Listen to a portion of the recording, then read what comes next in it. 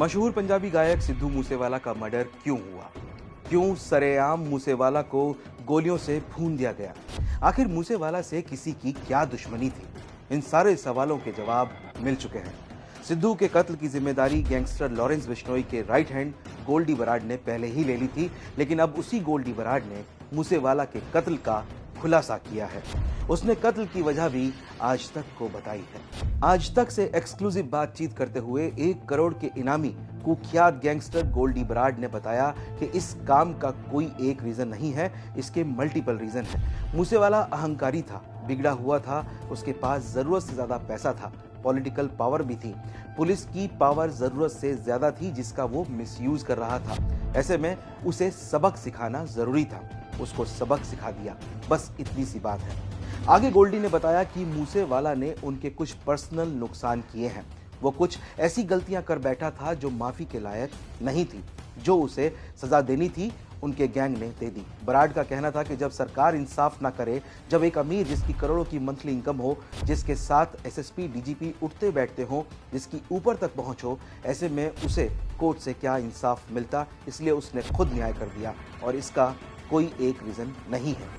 गोल्डी ने बताया कि डिटेल्स में बताने के लिए तो काफी कुछ है, लेकिन उसे बताने में काफी वक्त लग जाएगा, इसलिए 1-2 मोटी मोटी सी बातें उसने बताई। उसने कहा कि ऐसी कुछ बातें हैं जो अगर वो बताएंगे तो वो प्रूव भी हो सकती हैं। अगर पुलिस प्रूव करना चाहे या पर्सनली तौर पर हम भी उसे प्रूव करना चाहें तो उसकी इन्वेस्टिगेशन कर सकते हैं, ऐसा गोल्डी बराड ने हमसे बातचीत करते हुए कहा। उसने कहा कि जो भी लोग इस मामले में इन्वॉल्व थे वो सब अभी तक जिंदा हैं, यानी कि सिद्धू मूसेवाला के साथ कुछ लोग रहा करते थे जिनको लेकर के गोल्डी बराड ने साफ कहा कि वो लोग अभी तक जिंदा हैं, उनके खिलाफ अभी तक उन्होंने कोई कदम नहीं उठाया, उनकी बारी तो अभी आई ही नहीं है। बराड ने कहा कि उसके भाई विक्की मिड्डू खेड़ा के मर्डर में जो लोग नामजद थे उनको लेकर उसने कई बार पत्रकारों को कॉल लगाया। उसने पत्रकारों को बताया कि विक्की के मर्डर में सिद्धू का सरेआम नाम आ रहा है, पुलिस कुछ नहीं कर रही, कांग्रेस की सरकार थी, इसका सीएम के साथ उठना बैठना था, इसका डीजीपी के लड़के के साथ उठना बैठना था, तो इसीलिए वो पुलिस उसके खिलाफ कोई कार्रवाई नहीं कर रही थी। उसने ये भी कहा कि डीजीपी की गाड़ी में बैठ करके वो लोग दारू पिया करते थे, हर समय शराब पीकर इधर उधर घूमते थे, इसलिए उनके खिलाफ शिकायत करने पर भी कुछ नहीं हो पाया था।